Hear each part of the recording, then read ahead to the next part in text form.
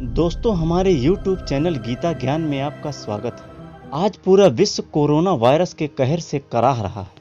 तो एक वायरस क्या होता है और वह कैसे काम करता है, जरा इसे समझने का प्रयास करते हैं। वायरस एक अति सूक्ष्म जीव होता है। वायरस अकोशिकीय होता है, यानी इनमें हमारी तरह कोशिकाएं नहीं होती। वायरस न्यूक्लियर प्रोटीन का बना हुआ एक कण की तरह होता है। वायरस हमेशा अपने जीवन जीने के लिए किसी और पर आश्रित होते हैं, रहने के लिए भी और पोषण के लिए भी, अर्थात भोजन के लिए भी। इसीलिए इन्हें परजीवी भी कहा जाता है।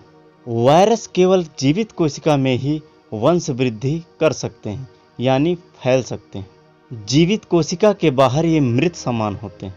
अब आइए जानते हैं कि एक वायरस काम कैसे करता है। जिस तरह से धरती का हर एक प्राणी जीना चाहता है, वो चाहे इंसान हो, जानवर हो, पक्षी हो या फिर पेड़ पौधे हों, ठीक उसी प्रकार वायरस भी एक सूक्ष्म जीव ही है और ये भी जीना चाहता है। और इसे जीने के लिए किसी भी जीवित कोशिका की ज़रूरत होती है, यानी किसी शरीर की ज़रूरत होती है। अब वो शरीर चाहे पेड़ पौधों का हो या जानवरों का हो या फिर इंसान का हो। तो जो वायरस पहले कभी पेड़ पौधों या जानवरों के शरीर में रहता था, अब वो इंसान के शरीर में भी आ गया।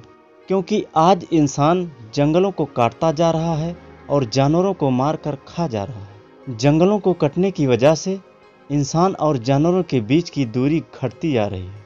और वो वायरस जो पहले जानवरों के शरीर में रहता था, अब वो जानवरों की संख्या कम होने से और इंसानों के द्वारा जानवरों को खाए जाने से वो इंसानों के शरीर में आ गया और खुद को जिंदा रखने के लिए इंसान के शरीर को अपना नया निवास स्थान बना लिया। अब यहाँ समझने वाली बात यह है कि जानवरों का इम्यून सिस्टम इंसानों की अपेक्षा बहुत अधिक मजबूत होता है, इसीलिए वो इसे झेल जाते हैं। पर इंसान का इम्यून सिस्टम वीक होने के कारण इंसान नहीं झेल पा रहा है और वो मर रहा है। मतलब ये कि कोरोना वायरस इंसान के शरीर में सिर्फ जीना चाहता है, वो इंसान को मारना नहीं चाहता। पर इंसान की रोग प्रतिरोधक क्षमता जानवरों की अपेक्षा कमज़ोर होती है, इसलिए वो मर रहा है।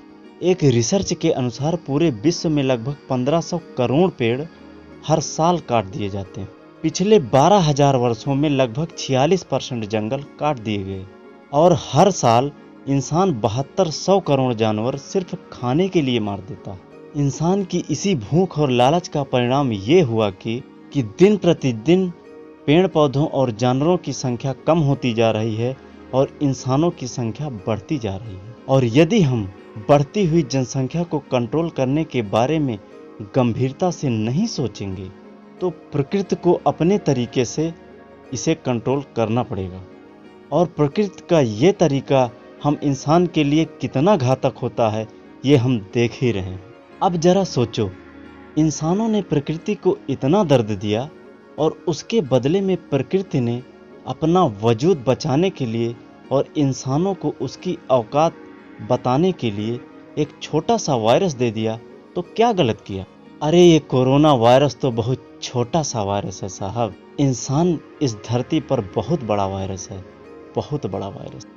ये कोरोना वायरस हम इंसानों की ही करनी का फल है। जब हमने बबूल का पेड़ बोया है तो कांटे ही तो होंगे। याद रखो, भगवान के घर देर तो है पर अंधेर नहीं। याद रखो, जो वायरस हमारे लिए एक महामारी है, वही वायरस प्रकृति के लिए एक वरदान है, उसका इम्यून सिस्टम है। दोस्तों, यदि यह वीडियो आपको पसंद आया हो तो इसे लाइक और शेयर करें और चैनल को सब्सक्राइब करें। जय हिंद, जय भारत।